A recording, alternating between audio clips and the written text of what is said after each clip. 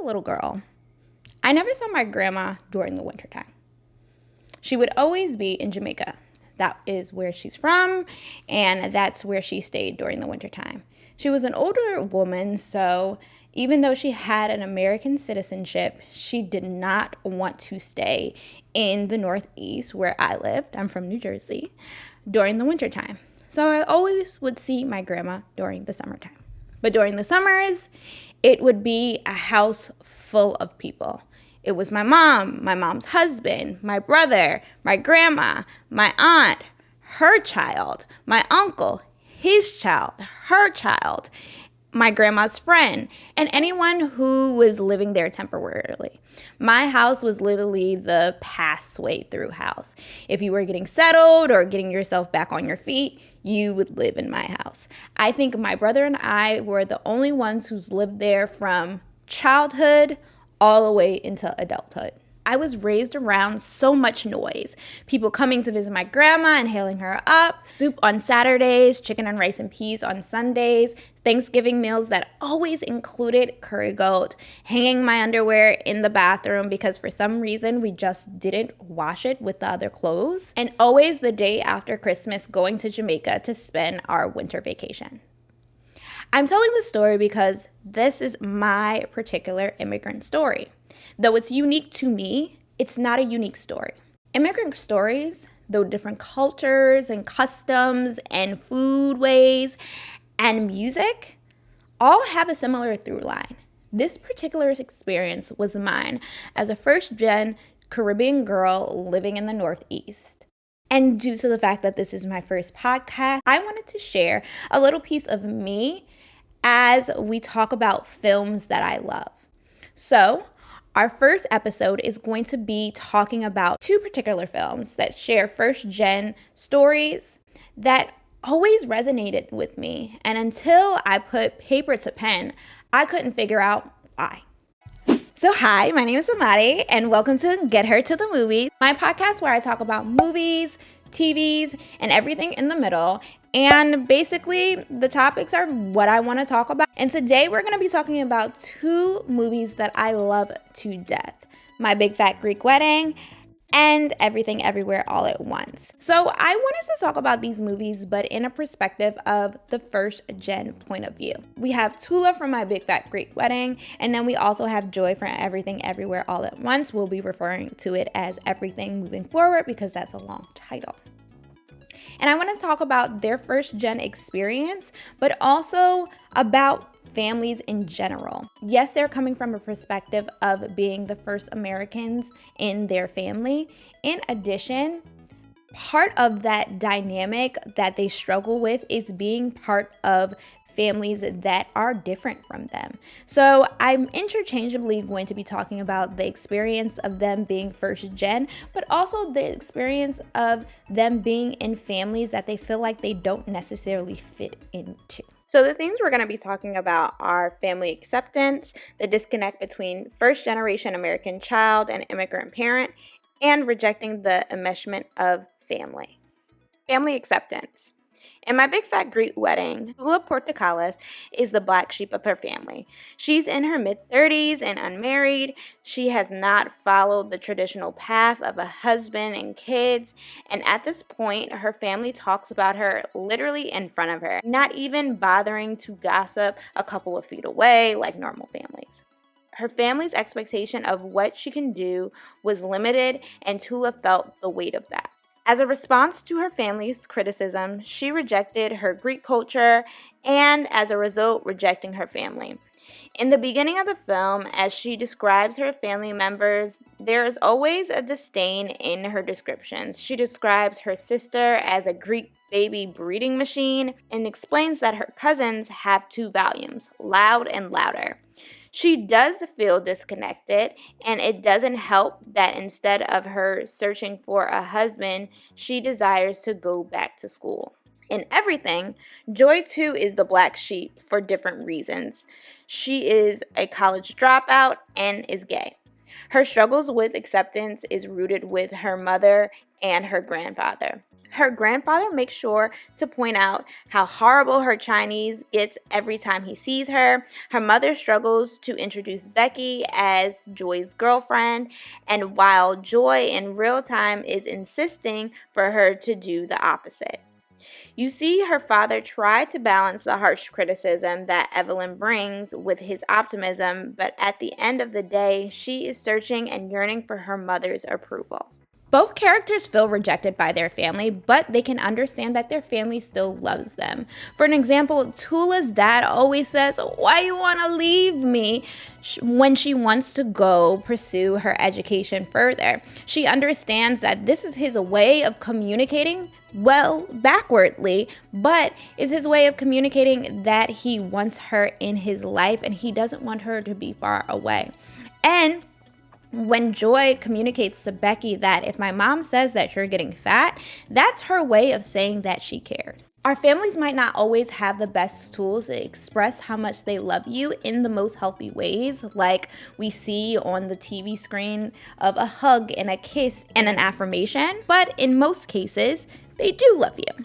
So for an example, me and my mom never really hugged as a child. That was just not my mom's way of showing love and affection. Her way of showing love and affection was constantly talking about me. I can't tell you how many rooms I've walked in on and said, "Oh, you must be Yvette's daughter. You've done this, you've done that, you've done that." No, I've never met these people a day in my life, but they knew my whole life story. And that's how my mom communicated love. So there is this in between of understanding how people love, their love language, if you will, and meeting them halfway. The disconnect between first-generation American child and immigrant parent. In both films, there is a constant push and pull between generations. The older generation came to this country penniless and built businesses, homes, and families, while the younger generation grapples with the pressure of living up to the excellence their parents expect from them. Tula's mother came to America after experiencing a war. Her mother could not fully understand Tula's plight of a life unfulfilled, as her experience was fighting for stability. Evelyn gave up her hopes and dreams and followed Wayman to America. She could not understand Joy's decision and lack of clarity for most of the movie. That rebellious spirit Joy has to always be immovable comes from her, and they are so much alike. Because the parents' upbringings are so different from their children, they struggle to hear their complaints, to hear their cries. Everything literally spells it out for us. Jobu Tubaki was made out of an immense pressure that Alpha Evelyn put on her child. Enough was never enough. Perfection was the only option. I also think about Chaitanya in Bad Words or Waverly in the Joy Luck Club. These individuals were pushed to be perfect, and then they ended up resenting their parents as a result. Now, we see some resolution with Waverly in the Joy Luck Club, but there might not always be a resolution or a conversation once people become older and they tend to separate from their families. We can make the connection that their parents understand as being immigrants in a new place, that the world is going to force you to try to be perfect to survive in this world. But also there is a missing link between understanding that and also creating balance and boundaries for your child so they can be exactly that, a child. Rejecting the enmeshment of family. Large families come with a slew of issues. They can be loud, always in your business, always around. You can see both characters, Tula and Joy, reject being enmeshed with their families. One way both women reject their families is through partners that they date. Tula, through the whole film, struggles with her heritage and her family dynamic. She feels so forced to be a particular type of Greek woman like her mother or her sister, she rejects it all. Her partner, Ian Miller, is as white can be. He is removed from his extended family, barely remembering information about his cousins and being an only child. Tula speaks fondly of the desire to eat Wonder Bread, a white bread, for lunch instead of traditional foods that she was forced to bring. We can assume because she felt out of place in her family, she desired the mainstream traditions and mainstream white culture versus the Greek culture she believed she was forced into. Joy simply physically removes herself from her mother. Evelyn, during her pivotal speech, says that she never calls unless she wants something and barely comes around. We can make the connection that it's because the lack of acceptance she received from her mother, she constantly makes the decision to stay away. But that affects her and her mother. There's a journey that both of these characters have to go on through fighting for acceptance in their families, through understanding where their parents come from and where they are, and through the struggles of fighting enmeshment in their family. They come to terms with the idea of even though they push and push and push, they still want to be pulled back into their family's inner circle. There's this line in everything that truly gets me, and it says, "You still went looking for me through all of this noise. And why? No matter what, I still want to be here with you."